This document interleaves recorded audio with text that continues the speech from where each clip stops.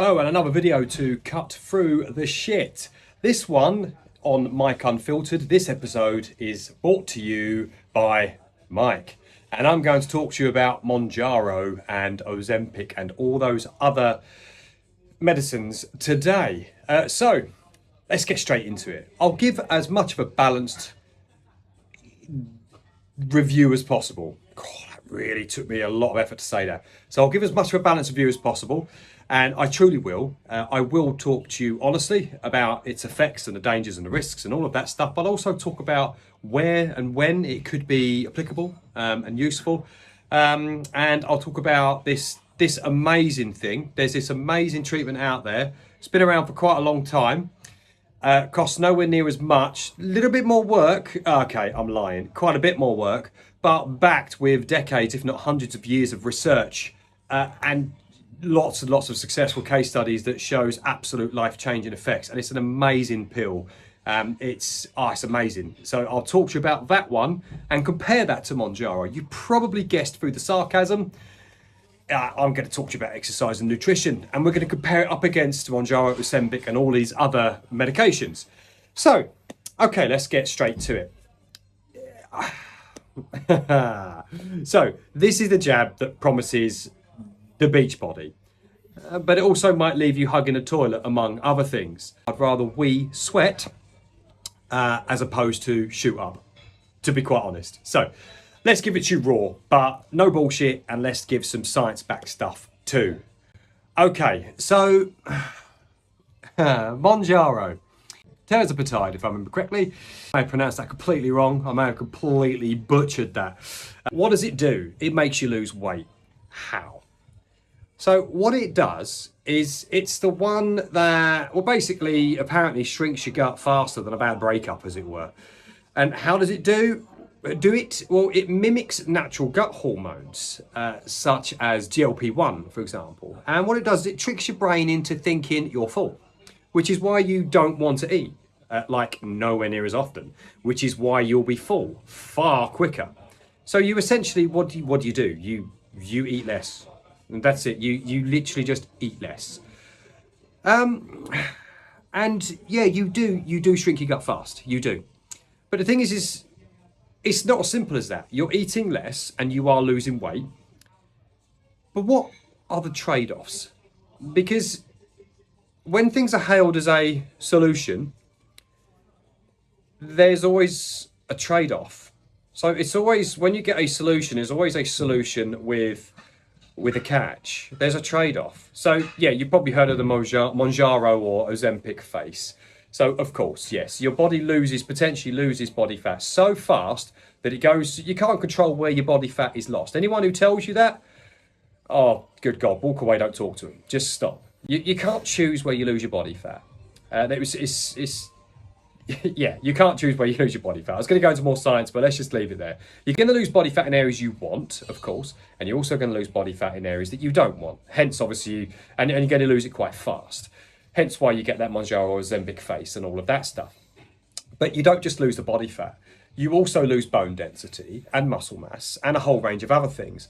There's also emerging research and evidence that is showing that it's quite significant inflammation of your pancreas. For those who don't know what your pancreas does, well, it plays a very, very important role in your digestion. So if we get damage in the pancreas and it plays a very important role in your digestion, and you are on it for life, then there's a possibility you're going to damage your pancreas permanently. If not permanently, you're going to keep it in a permanent state of damage anyway, because as we've seen, new research has emerged that actually once you're on Mounjaro or Ozempic, you actually need to be on it forever, because as soon as you come off it, within 18 months, people tend to put the weight back on. Surprise, surprise, right? That came out just this morning, actually, after I'd wrote the content I needed for this video post, because I thought yesterday to talk about it. And it was on the news this morning that once you're on it, you have to stay on it. So over time, you're not going to do your pancreas much good. Your pancreas, for those who want to know what it does, is it does many things. But one significant role of your pancreas in digestion is to release the hormones, to release the enzymes needed for your digestive system through the small intestine, to once it comes out your stomach, the stomach squirts it through something called the pyloric sphincter, so it opens up, squirts the food, what's left of it at that time. By the time you've chewed it up, been through the hydrochloric acid and so on and so forth, it's a bit of a gooey mess by then. Puts it into your small intestine, your duodenum at the start, and the pancreas and so on and so forth, and liver and gallbladder squirts all this stuff on it to start breaking down the fat, the carbohydrates, the proteins even further. So that's what the pancreas does. It puts a lot of those enzymes on there to be able to break down those macronutrients, proteins, carbs, and fats that you've eaten from big into smaller blocks, so your body can then take them, transport it around the body, and use it to give to the builders that I said in my analogy of my last video with the alcohol one exercise. Gives it to the builders on the building site to be able to use those bricks to then build them and arrange them in certain ways to make things that, like a house, for example, in a certain shape, in a certain design and layout, so it can perform a certain function. So that's effectively what that does. So we're irritating our pancreas. That's just one of the potential things. There are lots and lots of other potential issues that it's doing. It's not good. So side effects, carrying on with the issues, nausea, so lots of puking potentially, diarrhea, energy levels that make you feel utterly battered. I mean, I'm talking fatigue that is like no other in some people. Some people have reported fatigue and pain and diarrhea and vomiting and God knows what that's been so bad that they couldn't stay on it. So obviously it's going to differ. The extremities, the how extreme the side effects are going to differ from person to person. But yeah, it's the side effects have been pretty nasty. 80% of users hit that wall in the first month. So 80% of people experience these significant symptoms, these significant side effects. So that's not too good. In addition to that, when you burp, sulfur. Well, I could go into the science as to why, and I do like to go into the science on these, but I do like to keep these videos relatively short. So I'll go into a little bit of science, but not too much. But you get sulfur burps. They're pretty smelly. Not too nice either. Potential constipation as well. Constipation that could be so bad that I've heard some people say that it literally had them on their knees begging for mercy, saying, please, please, can I poo? It's been pretty bad. So there's some of you are probably going to comment on this and say, oh, I'm on Mounjaro or Ozempic or whatever, and I didn't have any of those side effects. Yeah, there's always going to be exceptions to the rule. But 80% of users report these symptoms. That's quite a high amount. That's quite a high number. And like I said, you're dicing with your insides. You're taking a risk with your insides. So, such as your pancreas, for example. But there are other examples as well. Potential strain on the kidneys. And all what I would call mildly important organs. Obviously, sarcasm there. Very important organs. My prediction with the amount of people that are going to go on it, because there are people that, which I'll get to in a moment, the people that perhaps do need to go on it, at least temporarily. That's a contradiction, isn't it? But I'll get to that in a bit. A lot of people are going on it that don't need to be on it. A lot of people are going on it because it's a quick fix, quick solution. You are the ones that I'm really talking to. If or when you decide to do this and you get hold of this through means that perhaps wouldn't be through the normal process, for example, because you're really desperate to lose weight, you're feeling shit about yourself and you want to lose weight and you've tried everything but it didn't work, you really need to think. Because when you are trying this, you are literally playing a gamble with your insides.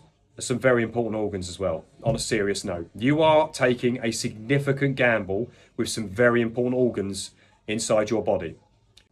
Now let's add to that. You lose your weight. You don't just lose body fat, you lose bone density, which means you lose weight as well. Your bones become more brittle, less dense, nowhere near as strong. You lose muscle mass. So the muscles wrapping around those bones, pull on those bones and making you move and giving you that strength become far weaker. My prediction, then we could potentially put ourselves towards an epidemic or pandemic of people potentially, nationally or even across the globe that are taking a fall, for example, like just a tripping over and falling on a path like we all do sometimes, maybe on a snowy day. I nearly did that the other day. They're taking a little fall that would normally never bother them. Maybe they're 45, 50 years old and they're breaking their hips just like an 80, 90 plus year old. They're osteoporotic, so osteoporosis, extremely reduced bone density, very brittle, weak bones. So we could have a pandemic of people that are breaking their hips and having to, have all kinds of surgeries and Lord knows what. unnecessarily because the bones are so weak through continued use of that. In addition to that, their pancreas, kidneys, and various other organs and insides are going to be a mess. They're constipated all the time, puking, and have fatigue that is absolutely almost unbearable, with the odd bout of diarrhea every now and then when that constipation decides to let go, or one or the other, depending on the person, of course. So you dice them with your insides, you dice them with your bone density and potentially having a broken hip. I mean, yeah, you've lost weight, great, but you're maybe 50, 60 years old, you're like a 90 to 100-year-old in terms of your body and your health. Your life expectancy is now significantly reduced and you can barely move because you haven't got the energy, B, you've not got the strength, and C, your bones are more brittle than a piece of china. So, God forbid you should take a fall. Please, please, please, seriously consider what you are going to do. Now, before I get onto the alternative, which you know I'm going to get to, and you know what I'm going to get on my soapbox and preach, but I will keep it short because you all know the benefits of exercise and nutrition, but I do think it needs to be reinforced. But before I get onto that, let's look at the use cases where Mounjaro, Ozempic, and so on and so forth possibly could be used. So, and possible future of it as well. So, Mounjaro, Ozempic, and all of that kind of stuff. With further research and additional drugs that are looking to come out on the horizon in the future, they could be counteracting that loss of bone density and muscle mass, potentially to the point where they'd even add to it.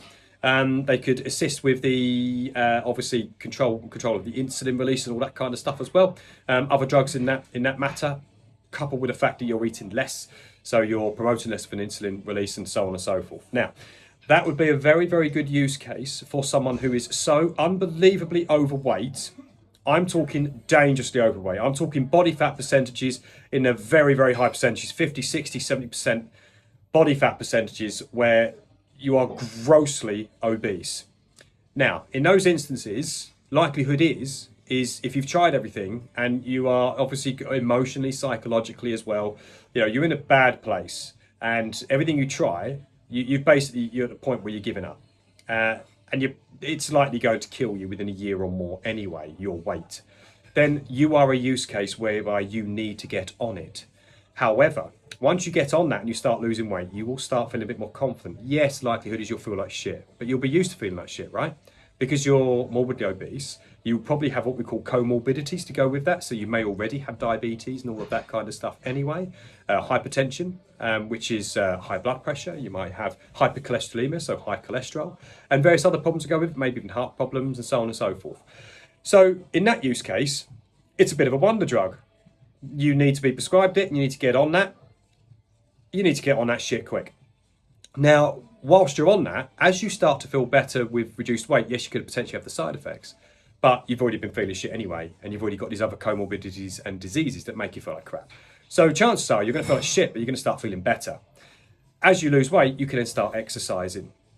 And the exercise you're doing will then help to counteract the loss of bone density and muscle mass. Those of you that are on it for vanity reasons, yes, of course you could be on it and you can start exercising too. Absolutely, and that will help potentially counteract the side effects, at least in terms of the loss of muscle mass and bone density. However, because you're a lot smaller, you're going to lose weight a lot faster. You're going to lose weight a lot faster if you're a lot bigger, of course you are. But if you're a lot smaller, you've got a lot less weight to lose in comparison to someone who's much, much more morbidly obese. So you're still putting yourself at quite a high risk because you've got less fat. So that's going to burn off, but then it come off quite quick if you're a lot slimmer, a lot smaller, and you're taking these weight loss jabs. But your bone density and muscle mass is going to come off a lot faster too. So you're going to have a much tougher job. So really, if you're not morbidly obese and it's to the point where if you don't lose weight soon, you are going to die, then if you're not to that point, you don't need those jabs. Now let's compare it to exercise. So exercise and good nutrition. We know that that's going to be better for your body. Exercise, especially resistance-bearing exercise, so lifting weights and so on and so forth, is going to slow down how quickly you age. It's going to increase bone density. It's going to increase muscle mass. It's going to increase energy levels. Building a bit of muscle mass. I'm not talking to the point of big, massive bodybuilding. Just weight training in general, making your muscles more efficient. It's going to put you in a position where your body burns more calories at rest, even when you're sitting there watching telly, because you built muscle mass over time and fitness. So your body's going to become, think of two car engines next to each other, running idle. So you've just turned them both on. You've got one car engine that's 5, 6 litre or V8, V12 or whatever engine, and you've got a really small, tiny engine next to it, you turn them both on. You don't drive them, they both just sit next to each other just as the engine's ticking over. The one with the much larger engine is obviously going to burn through its fuel quicker. Same sort of thing. I'm not saying you have to have massive muscles. The point I'm making is if you're more powerful, stronger, fitter, your body's more efficient, then its basal or resting metabolic rate, they're two slightly different things, but its resting metabolic rate is going to go higher because you're fitter. So you're going to be more likely to keep the weight off. You're going to be more resistant to diabetes and all the other diseases. And obviously your insides, you're not playing a gamble with them. The only gamble you are playing with them is I can guarantee you your insides are going to be far better through exercise and good nutrition. But let's get to the nutrition. Is the nutrition about a calorie controlled diet where you count your calories every day? You can do that if you wish. And yes, it's effective for the most part for those people that actually stick to it. Overall, is it effective? Not really, because most people don't stick to it for a start, for one. And for two, it's a bit old hat. Burning calories only, it's not as simple as that, the weight loss journey. Not as simple as that at all. It's about the psychology. It's about the biology behind it as well. So the psychology, the habit change, the enjoying it, being able to live with it, being able to maintain that, keep it up. So no yo-yo dieting, crash dieting, nothing like that. If you're going to go on a calorie controlled diet, the most important thing about that would be to have a macronutrient balance. So getting the amount of proteins, carbs and fats that you need along with the micronutrients. That basically, what I mean by that is getting the right amount of proteins, carbs and fats from the right sources of food. If you do that, chances are your micronutrients the goals and targets will be hit anyway from the food that you're eating, because you're getting the macros from good sources. Your standard stuff, depending on what your diet is.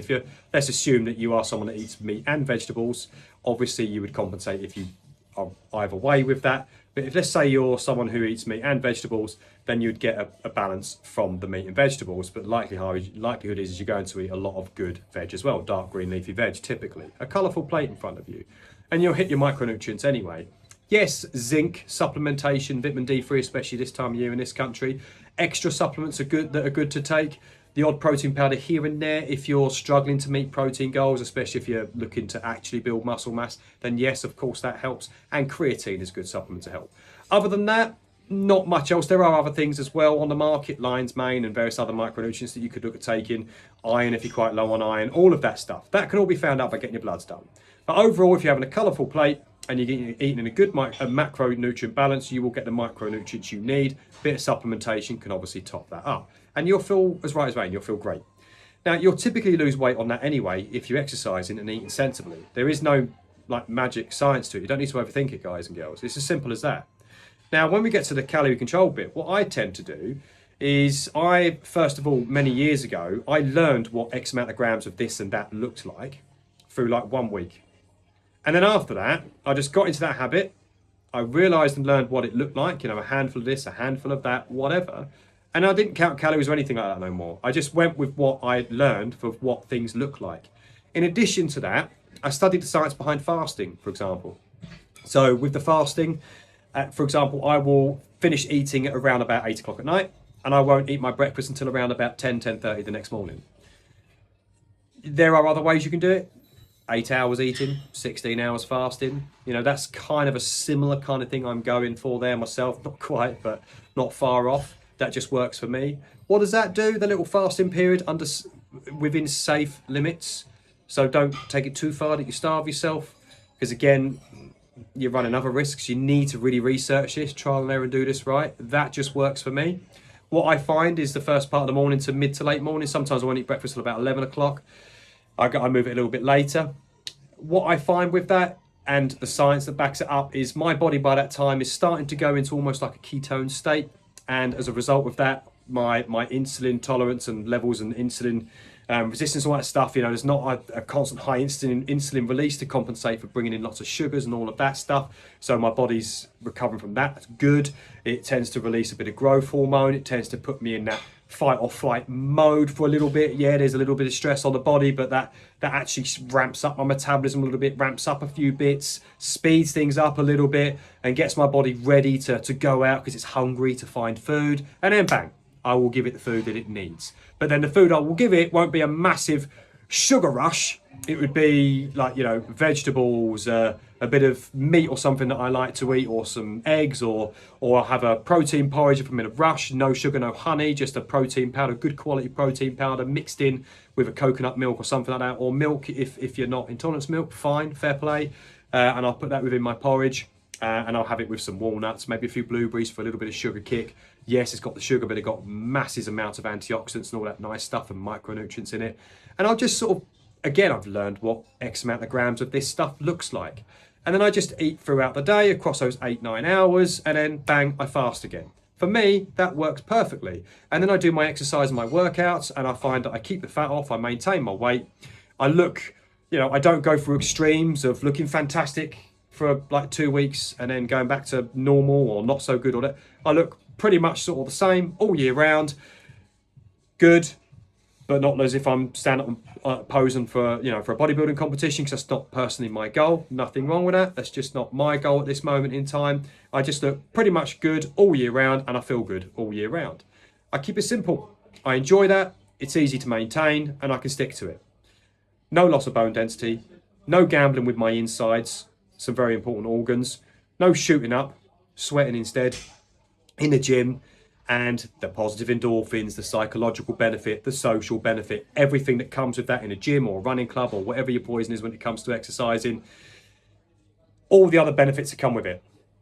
Ladies and gents, in summary, a jab is not going to do that. Don't dice with the health of your organs, don't dice with your health in general, and don't roll the dice with your future. Because I do strongly predict that if the use of these various weight loss jabs gets worse, then there will be, remember I've said this, there will be 15, 20 years time plus, there will be a pandemic of people that are being admitted to hospital with broken hips and various other bones from a basic fall, and they're not 80 or 90 years old plus. They're a lot younger, 50, 60. There'll be a lot of people breaking bones that should not be breaking bones. And the question every time, it will become a standard question. Were you on Mounjaro or Ozempic? Be careful.